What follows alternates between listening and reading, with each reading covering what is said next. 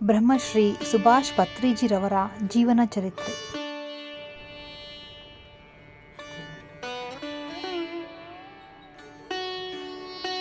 ಯಾವುದೇ ವ್ಯಕ್ತಿ ಹುಟ್ಟಿನಿಂದ ಶ್ರೇಷ್ಠನಲ್ಲ. ಅವನ ಕಾರ್ಯಗಳು ಅವನನ್ನು ಶ್ರೇಷ್ಠನನ್ನಾಗಿ ಮಾಡುತ್ತವೆ ಮತ್ತು ಅಂತಹ ವ್ಯಕ್ತಿಗಳು ಶತಮಾನಗಳಲ್ಲಿ ಒಮ್ಮೆ ಹುಟ್ಟುತ್ತಾರೆ. ಅಂತಹ ಮಹಾನ್ ವ್ಯಕ್ತಿತ್ವವು ಶಕ್ಕರ್ ನಗರದಲ್ಲಿ ಜನಿಸಿದರು. ಅವರು ಹೊಗಳಿಕೆಯನ್ನು ಬಯಸುವುದಿಲ್ಲ ಅಥವಾ ಟೀಕೆಗಳಿಗೆ ಹೆದರುವುದಿಲ್ಲ. ಪ್ರತಿಯೊಬ್ಬ ಮನುಷ್ಯನು ಜೀವನದಲ್ಲಿ ಕೆಲವು ಉದ್ದೇಶಗಳನ್ನು ಹೊಂದಿದ್ದಾನೆ. ಅದನ್ನು ಅವನು ತನ್ನೊಳಗೆ ಕಂಡುಕೊಳ್ಳಬಹುದು ಎಂದು ಅವರು ನಂಬಿದ್ದರು. ಅವರು ನಿಸ್ವಾರ್ಥವಾಗಿ ಇಡೀ ಜಗತ್ತಿಗೆ ಅದ್ಭುತವಾದ ದೃಷ್ಟಿಕೋನವನ್ನು ನೀಡುವ ಮೂಲಕ ಧ್ಯಾನದ ಅದ್ಭುತ ಫಲಿತಾಂಶಗಳನ್ನು ಪರಿಚಯಿಸಿದರು. ಅವರು ತಮ್ಮ ಇಡೀ ಜೀವನವನ್ನು ಧ್ಯಾನ ಮತ್ತು ಸಸ್ಯಾಹಾರದ ಪ್ರಚಾರಕ್ಕಾಗಿ ಮೀಸಲಿಟ್ಟರು ಮತ್ತು ಧ್ಯಾನವನ್ನು ಪಿರಮಿಡ್ ಶಕ್ತಿಯೊಂದಿಗೆ ಸಂಪರ್ಕಿಸುವ ವಿಶ್ವದ ಮೊದಲ ಯುಗ್ ಪುರುಷರಾದರು. ಸುಭಾಷ್ ಪತ್ರಿಕಾ, ಜೈ ಹೋ, ಜ್ಞಾನ್ ಇದು ಇವರ ಪತ್ರಿಕೆಗಳು. ನವೆಂಬರ್ 1947 ಇದೇ ದಿನ ಈ ಮಹಾನ್ ವ್ಯಕ್ತಿ ಬ್ರಾಹ್ಮಣ ಕುಟುಂಬದಲ್ಲಿ ಜನಿಸಿದರು. ಅವರ ತಾಯಿ ಶ್ರೀಮತಿ ಸಾವಿತ್ರಿ ದೇವಿ ಮತ್ತು ತಂದೆ ಶ್ರೀ ರಮಣರಾವ್. ಅವರಿಗೆ ಸುಭಾಷ್ ಎಂದು ಬಹಳ ಪ್ರೀತಿಯಿಂದ ಹೆಸರಿಟ್ಟರು. ಸುಭಾಷ್ ಎಂದರೆ ಹೊಸ ಶುಭ ಸಂಗತಿಗಳನ್ನು ಹೊರತರುವ ವ್ಯಕ್ತಿ. ಅವರು ಬಾಲ್ಯದಿಂದಲೂ ತಮ್ಮ ಹೆಸರನ್ನು ಸಾರ್ಥಕಗೊಳಿಸುವ ದಿಕ್ಕಿನಲ್ಲಿ ಮುನ್ನಡೆಯುತ್ತಿದ್ದರು. ಅವರು ಕೇವಲ 8ನೇ ವಯಸ್ಸಿನಲ್ಲಿ ಅವರು ರಾಷ್ಟ್ರಪಿತ ಮಹಾತ್ಮ ಗಾಂಧೀಜಿಯವರು ಬರೆದ ಮೈ ಎಕ್ಸ್ಪೆರಿಮೆಂಟ್ ವಿತ್ ಪುಸ್ತಕವನ್ನು ಓದಿದರು. ಇದರ ನಂತರ ಅವರು ಡಾಕ್ಟರ್ ಸರ್ವಪಲ್ಲಿ ರಾಧಾಕೃಷ್ಣನ್ ಅವರು ಬರೆದ ಭಾರತೀಯ ತತ್ವಶಾಸ್ತ್ರದ 2 ಶಾಖೆಗಳನ್ನು ಹೆಚ್ಚಿಸಿದರು. ಅವರು ತಮ್ಮ ಜೀವಿತಾವಧಿಯಲ್ಲಿ 1,00,000ಕ್ಕೂ ಹೆಚ್ಚು ಆಧ್ಯಾತ್ಮಿಕ ಪುಸ್ತಕಗಳನ್ನು ಓದಿದ್ದಾರೆ ಎಂಬ ಅಂಶದಿಂದ ಅವರ ಓದುವ ಆಸಕ್ತಿಯನ್ನು ಅಳೆಯಬಹುದು. ಪತ್ರಿಜಿ ಅವರಿಗೆ 4 ಮಂದಿ ಒಡಹುಟ್ಟಿದವರು. ಅವರ ಅಣ್ಣ ಅವರಿಗೆ ಸಂಗೀತ ಕಲಿಯಲು ಪ್ರೇರೇಪಿಸಿದರು. ನಂತರ 1963ರಲ್ಲಿ 12ನೇ ಪರೀಕ್ಷೆಯ ನಂತರ ಪತ್ರಿಜಿ ಅವರು ಶ್ರೀ ಎಸ್ ಚಂದ್ರಶೇಖರ್ ಅವರಿಂದ ಕೊಳಲು ವಾದನವನ್ನು ಕಲಿತರು ಮತ್ತು ಅವರು ಡಾಕ್ಟರ್ ಸಿಕಂದರಾಬಾದ್ನಲ್ಲಿ ಆರ್ಟ್ಸ್ ಸೈನ್ಸ್ ಕಾಲೇಜಿನಲ್ಲಿ BSc ಮಾಡಿದರು. ನಂತರ 1966ರಲ್ಲಿ ಅವರು ಹೈದರಾಬಾದ್ನ ಉಸ್ಮಾನಿಯಾ ವಿಶ್ವವಿದ್ಯಾಲಯದಿಂದ BSc ಕೃಷಿಯನ್ನು ಅಧ್ಯಯನ ಮಾಡಿದರು ಮತ್ತು 1947ರಲ್ಲಿ ಅವರು ಮಣ್ಣು ವಿಜ್ಞಾನದಲ್ಲಿ ಸ್ನಾತಕೋತ್ತರ ಪದವಿಯನ್ನು ಪಡೆದರು. ಆಧ್ಯಾತ್ಮವೊಂದು ಅವನೊಳಗೆ ಆಳವಾಗಿತ್ತು.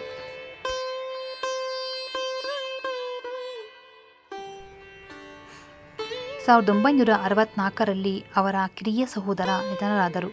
ಈ ಘಟನೆಯು ಅವರ ಆಧ್ಯಾತ್ಮಿಕತೆಯ ಆಸಕ್ತಿಯನ್ನು ಮತ್ತಷ್ಟು ಹೆಚ್ಚಿಸಿತು. ಇತರ ಮಹಾತ್ಮರಂತಲ್ಲದೆ ಕೌಟುಂಬಿಕ ಜೀವನವನ್ನು ನಡೆಸುತ್ತಿರುವಾಗಲೂ ಒಬ್ಬರು ನಿರ್ವಾಣವನ್ನು ಪಡೆಯಬಹುದು ಎಂದು ಪತ್ರಿಜಿ ನಂಬಿದ್ದರು. 1974ರಲ್ಲಿ ಅವರು ಸ್ವರ್ಣಮಾಲಾ ಪತ್ರಿಜಿ ಅವರನ್ನು ವಿವಾಹವಾದರು ಮತ್ತು ಕುಟುಂಬ ಜೀವನವನ್ನು ಪ್ರವೇಶಿಸಿದರು. ಒಬ್ಬರ ಆಧ್ಯಾತ್ಮಿಕ ಪ್ರಯಾಣವನ್ನು ಬಾಧಿಸದೆ ಯಶಸ್ವಿಯಾಗಿ ಕುಟುಂಬ ಜೀವನವನ್ನು ನಡೆಸಬಹುದು ಎಂದು ಸಾಬೀತುಪಡಿಸಿದರು. ನಂತರ ಅವರಿಗೆ ಫರಿದಿತಾ ಮತ್ತು ಪರಿಮಳ ಎಂಬ 2 ಹೆಣ್ಣು ಮಕ್ಕಳಾದರು. ಇಂದು ಅವರ ಪತ್ನಿ ಸ್ವರ್ಣಮಾಲಾ ಪತ್ರಿಜಿ ಮತ್ತು ಅವರ 2 ಪುತ್ರಿಯರಾದ ಪರಿಣಿತಾ ಮತ್ತು ಪರಿಮಳ ಅವರು ಪತ್ರಿಜಿಯವರು ಸ್ಥಾಪಿಸಿದ ಪಿರಮಿಡ್ ಆಧ್ಯಾತ್ಮಿಕ ಸಮಾಜಗಳ ಆಂದೋಲನವನ್ನು ಮುನ್ನಡೆಸುವಲ್ಲಿ ತಮ್ಮ ಸಂಪೂರ್ಣ ಕೊಡುಗೆಯನ್ನು ನೀಡುತ್ತಿದ್ದಾರೆ. 1975ರಲ್ಲಿ ಕರ್ನೂಲಿನಲ್ಲಿ ಆಧ್ಯಾತ್ಮಿಕ ಕೇಂದ್ರವನ್ನು ಸ್ಥಾಪಿಸಿದರು. 1981ರಲ್ಲಿ ಅವರು ಕೋರಮಂಡಲ್ ಫರ್ಟಿಲೈಜರ್ಸ್ ಲಿಮಿಟೆಡ್ನಲ್ಲಿ ಮಾರಾಟ ಪ್ರಚಾರ ಅಧಿಕಾರಿಯಾಗಿ ಕೆಲಸ ಮಾಡಲು ಪ್ರಾರಂಭಿಸಿದರು. ಅಲ್ಲಿ ಅವರು ತಮ್ಮ ಸಹೋದ್ಯೋಗಿ ರಾಮಚಂದ್ರ ರೆಡ್ಡಿ ಅವರನ್ನು ಭೇಟಿಯಾದರು. ಅವರು ಮೊದಲ ಬಾರಿಗೆ ಆನಾಪಾನಸತಿ ಧ್ಯಾನದ ಬಗ್ಗೆ ಹೇಳಿದರು. ಇವರಿಗೆ ಆಗಲೇ ಅಧ್ಯಾತ್ಮದಲ್ಲಿ ಆಸಕ್ತಿ ಇತ್ತು, ಆದರೆ ಆನಾಪಾನಸತಿ ಧ್ಯಾನದ ಬಗ್ಗೆ ತಿಳಿದ ನಂತರ ಅವರ ಧ್ಯಾನದ ಆಸಕ್ತಿ ತುಂಬ ಹೆಚ್ಚಾಯಿತು. ಅವರು ಆನಾಪಾನಸತಿ ಧ್ಯಾನದೊಂದಿಗೆ ಅನೇಕ ಪ್ರಯೋಗಗಳನ್ನು ಮಾಡಿದರು. ಈ ವೇಳೆ ಲೋಕೇಶ್ ರಂಪ ಅವರು ಬರೆದಿರುವ ಪುಸ್ತಕವನ್ನು ಓದಿ ಎಲ್ಲವೂ ಮೂಲಭೂತವಾಗಿಯೇ ಬೇರೆ ಎಂಬ ತಿಳುವಳಿಕೆ ಪಡೆದರು. ಅವರು ಆಧ್ಯಾತ್ಮಿಕ ವಿಜ್ಞಾನದ ಎಲ್ಲ ವಿಷಯಗಳನ್ನು ಅನುಕ್ರಮವಾಗಿ ಜೋಡಿಸಿದರು ಮತ್ತು ಆ ಜ್ಞಾನವನ್ನು ಜನಸಾಮಾನ್ಯರಿಗೆ ತಲುಪಲು ಪ್ರಾರಂಭಿಸಿದರು. ಈಗ ಗುರುವನ್ನು ಹುಡುಕುತ್ತಿದ್ದರು ಮತ್ತು ಈ ಹುಡುಕಾಟ 1981ರಲ್ಲಿ ಅವರು ಗುರು ಸದಾನಂದ ಯೋಗಿಯನ್ನು ಭೇಟಿಯಾದಾಗ ಕೊನೆಗೊಂಡಿತು. ಅವರಿಗೆ ಅನೇಕ ಆಧ್ಯಾತ್ಮಿಕ ಶಕ್ತಿಗಳನ್ನು ಪರಿಚಯಿಸಿದರು. ಇವರ ಸಮ್ಮುಖದಲ್ಲಿ 22 ಮೇ 1983ರಂದು ಸದಾನಂದ ಯೋಗಿ ತಮ್ಮ ಸ್ವಂತ ಇಚ್ಛೆಯಿಂದ ಸಮಾಧಿಯನ್ನು ತೆಗೆದುಕೊಂಡರು. ಆತ್ಮ ಸಾಕ್ಷಾತ್ಕಾರವನ್ನು ಪಡೆದ ನಂತರ ಅವರ ಜೀವನದ ಗುರಿಯು ಅವರ ಹೆಂಡತಿಗೆ ಸ್ಪಷ್ಟವಾಯಿತು.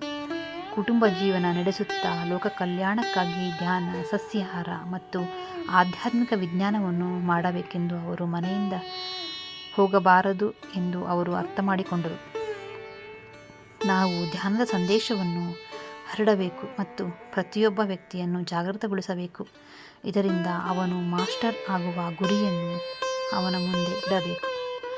ಈ ಉದ್ದೇಶವನ್ನು ಈಡೇರಿಸಲು ಪತ್ರಿಜಿ ಅವರು 1990ರಲ್ಲಿ ಮೊದಲ ಧ್ಯಾನ ಕೇಂದ್ರ, ಧ್ಯಾನ ಮತ್ತು ಧ್ಯಾನೋದಯ ಕೇಂದ್ರವನ್ನು ತೆರೆದರು.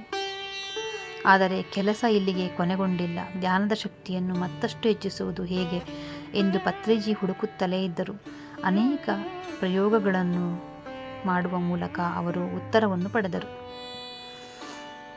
ಪಿರಮಿಡ್ ಅನ್ನು ಸ್ಥಾಪಿಸುವ ಮೂಲಕ ಮನೆಯ ವಾಸ್ತು ದೋಷಗಳನ್ನು ತೆಗೆದುಹಾಕಲಾಗುತ್ತದೆ ಎಂದು ವಾಸ್ತುಶಾಸ್ತ್ರದ ವಿಜ್ಞಾನಿಗಳು ಹೇಳುತ್ತಾರೆ. ಆದರೆ ಪಿರಮಿಡ್ ವ್ಯಕ್ತಿಯ ಕಾಮ ಭಾವನೆಗಳನ್ನು ಸಹ ತೆಗೆದುಹಾಕುತ್ತದೆ ಎಂದು ಪತ್ರಿಜಿ ಹೇಳುತ್ತಾರೆ. ಈ ಸಮಯದಲ್ಲಿ ಅವರು ಕರ್ನೂಲ್ನಲ್ಲಿ ಕರ್ನೂಲ್ ಸ್ಪಿರಿಚುವಲ್ ಸೊಸೈಟಿಯನ್ನು ಸ್ಥಾಪಿಸಿದರು. ಇದರ ಉದ್ದೇಶವು ಧ್ಯಾನ ಮತ್ತು ಪಿರಮಿಡ್ ಶಕ್ತಿಯ ಮೂಲಕ ಜನರಿಗೆ ಆಧ್ಯಾತ್ಮಿಕತೆಯ ಬಗ್ಗೆ ಅರಿವು ಮೂಡಿಸುತ್ತದೆ.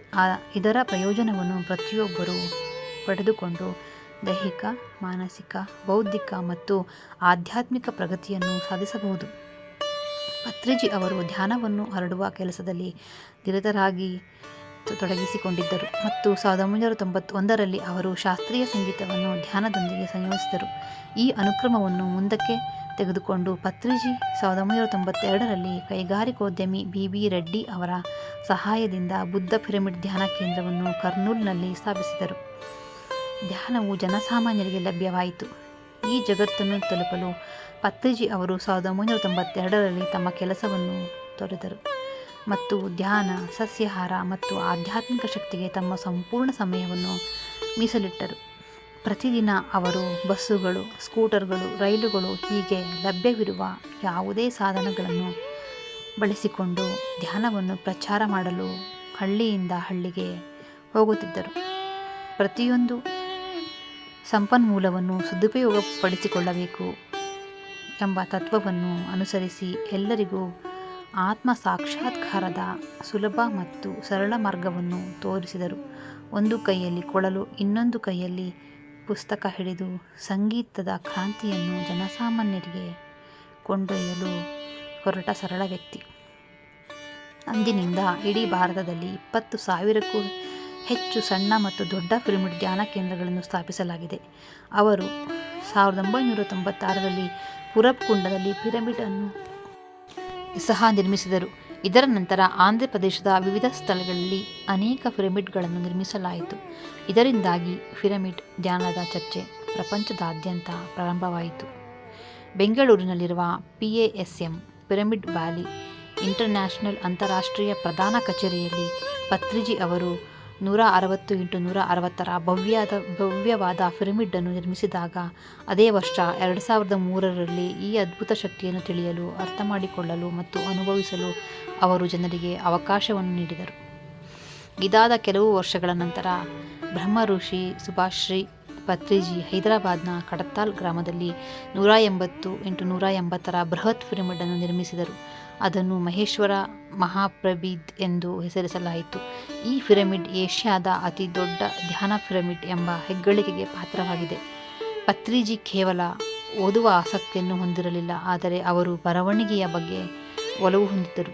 1996ರಲ್ಲಿ ಅವರು ಭಯ್ಯಾ ಮಾಸ್ಟರ್ ತುಳಸಿದಾಸ್ ಅವರಂತಹ ಪುಸ್ತಕಗಳನ್ನು ಬರೆದರು. ಇದಾದ ನಂತರ ಅವರ ಬರವಣಿಗೆಯ ಅನುಕ್ರಮ ಹೀಗೆ ಮುಂದುವರಿಯಿತು. ಇಂಗ್ಲಿಷ್ ಅಲ್ಲದೆ ತೆಲುಗು ಮತ್ತು ಹಿಂದಿಯಲ್ಲಿ 60ಕ್ಕೂ ಹೆಚ್ಚು ಪುಸ್ತಕಗಳನ್ನು ಬರೆದಿದ್ದಾರೆ. ಪತ್ರಿಜಿ ಅವರು ಮೇರಿ ಸಾಧನಾ ಮೇರಾ ಸ್ವಾದ್ ಅಧ್ಯಾಯ ಹೇಳುತ್ತಾರೆ, ನಾವು ಪ್ರತಿ ಆಧ್ಯಾತ್ಮಿಕ ಪುಸ್ತಕವನ್ನು ಓದಬೇಕು.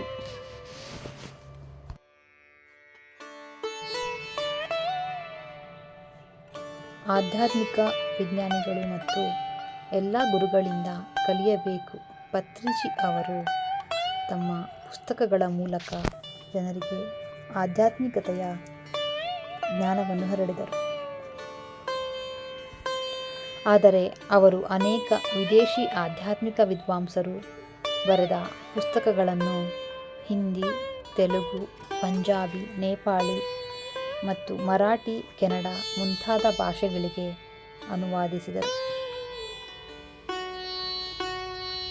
ಇಂದಿನಿಂದ ಆಧ್ಯಾತ್ಮಿಕ ಜ್ಞಾನ ಜಾನ್ಸನ್ಗೆ ತಲುಪುತ್ತದೆ. ಪತ್ರಿಜಿ ತಮ್ಮ ಜೀವನದಲ್ಲಿ ಆನಾಪಾನಸತಿ ಧ್ಯಾನ, ಸಸ್ಯಾಹಾರ, ಪಿರಮಿಡ್ ಶಕ್ತಿ ಮತ್ತು ಹೊಸಯುಗದ ಆಧ್ಯಾತ್ಮಿಕ ವಿಜ್ಞಾನದಂತಹ ವಿಷಯಗಳ ಕುರಿತು ಸಾವಿರಾರು ಕಾರ್ಯಾಲಯಗಳನ್ನು ಕಲಿಸಿದರು. ಇದಲ್ಲದೆ ಅವರ ಮಾರ್ಗದರ್ಶನದಲ್ಲಿ ಧ್ಯಾನ್ ಜಗತ್, ತೆಲುಗು ಆಧ್ಯಾತ್ಮಿಕ ಭಾರತ ಮತ್ತು ಆಧ್ಯಾತ್ಮಿಕ ವಿಜ್ಞಾನ, ಧ್ಯಾನ್ ಕಸ್ತೂರಿ, ಕನ್ನಡ ಧ್ಯಾನ, ತಮಿಳು ಧ್ಯಾನ, ಮಹಾರಾಷ್ಟ್ರ ಮತ್ತು ಪಿರಮಿಡ್ ಧ್ಯಾನ ಜಗತ್ ಹಿಂದಿ ನಿಯತಕಾಲಿಕೆಗಳನ್ನು ಪ್ರಕಟಿಸಲಾಯಿತು ಮತ್ತು ಇಂದಿಗೂ ಈ ಪತ್ರಿಕೆಗಳು ಯಶಸ್ವಿಯಾಗಿ ಪ್ರಕಟಗೊಳ್ಳುತ್ತಿವೆ. ಅವರ ಮೂಲಕ 2005ರಲ್ಲಿ ಆಧ್ಯಾತ್ಮಿಕ ಸತ್ಯ ಚಲನಚಿತ್ರವನ್ನು ನಿರ್ಮಿಸಲಾಯಿತು. ಇದರಲ್ಲಿ ಬ್ರಹ್ಮಾಂಡ ಅಥವಾ ಆಧ್ಯಾತ್ಮಿಕ ರಹಸ್ಯವನ್ನು ಸರಳ ಮತ್ತು ಸ್ಪಷ್ಟ ಭಾಷೆಯಲ್ಲಿ ಎಲ್ಲರಿಗೂ ತಿಳಿಸಲಾಯಿತು.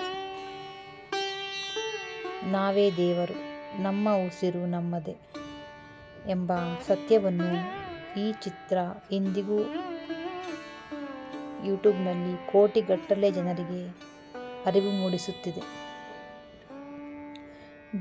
ಡಿಜಿಟಲ್ ಮಾಧ್ಯಮದ ಮೂಲಕ ಪ್ರತಿ ಮನೆಗೆ ಆಧ್ಯಾತ್ಮಿಕ ಶಕ್ತಿಯನ್ನು ಕೊಂಡೊಯ್ಯುವ ಉದ್ದೇಶದಿಂದ ಪತ್ರಿಜಿ ಅವರು 21 ಡಿಸೆಂಬರ್ 2017ರಂದು BMC ತೆಲುಗು ಸ್ಯಾಟಲೈಟ್ ಚಾನೆಲ್ ಅನ್ನು ಪ್ರಾರಂಭಿಸಿದರು.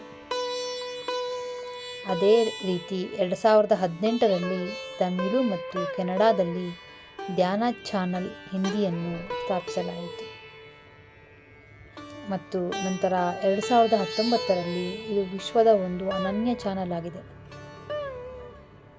ಪರಿಪೂರ್ಣ ಜೀವನ ನಡೆಸಲು ಮಾಧ್ಯಮಗಳ ಮೂಲಕ ಜನರ ಮನೆಗಳಿಗೆ ಧನಾತ್ಮಕ ಶಕ್ತಿಯನ್ನು ತರಲಾಗುತ್ತಿದೆ.